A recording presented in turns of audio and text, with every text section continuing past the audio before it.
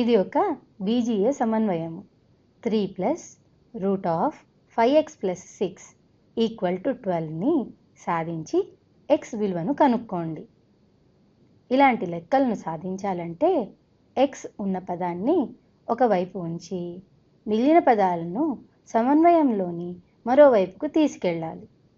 ఇలా చేస్తే x విలువను సులువుగా కనుక్కోవచ్చు. ఇప్పుడు ధనాత్మక రూట్ని పరిగణనలోకి తీసుకుంటున్నాం. జవాబు వచ్చిన తర్వాత లెక్కలో ప్రతిక్షేపించి సరిచూసుకుందాం.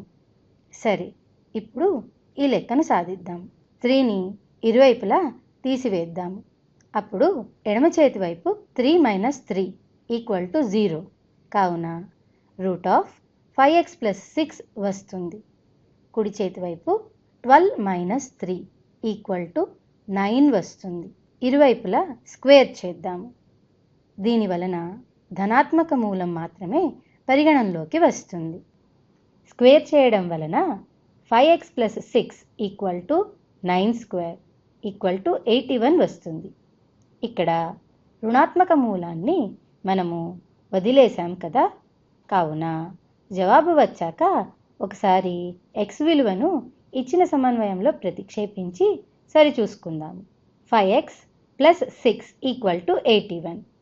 దీనికి ఇరువైపులా 6ని తీసివేస్తే 5x equal to 81 minus 6 equal to 75 వచ్చింది. 5తో ఇరువైపులా భాగిస్తే 5x by 5 equal to 75 by 5 అంటే x ఈజ్ ఈక్వల్ టు 15 వస్తుంది. మనకి జవాబు వచ్చినది సరైనదా కాదా అన్నది సరిచూసుకుందాం.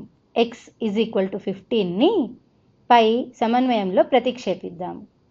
3 plus root of 5 into 15 plus 6 is equal to 3 plus root of 5 into 15 75 plus 6 is equal to 3 plus root 81.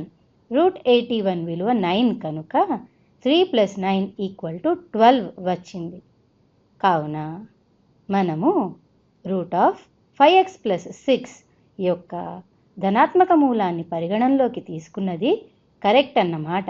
వచ్చే వీడియోలో మళ్ళీ కలుద్దాం.